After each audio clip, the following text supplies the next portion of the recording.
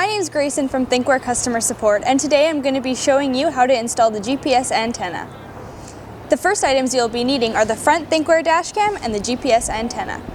You'll also be needing a microfiber cloth and glass cleaner. To install, you must locate the highest possible point of your windshield while avoiding the tint, but meanwhile keeping it as central as possible. Step 1. Clean the front windshield with the microfiber cloth and glass cleaner.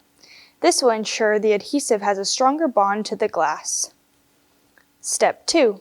Connect the GPS antenna to the GPS port of the front unit while it is powered off. Step 3.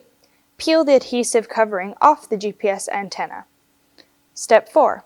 Mount the GPS antenna. The GPS antenna should be mounted away from the main unit of the dashcam to reduce noise interference. Step 5. Power on the dashcam and wait to hear GPS connected. GPS connected. Now you have successfully completed installing the GPS antenna. Please note that the GPS reception may be affected by the vehicle's windshield, particularly those treated by an anti-UV protective coating or a built-in defroster.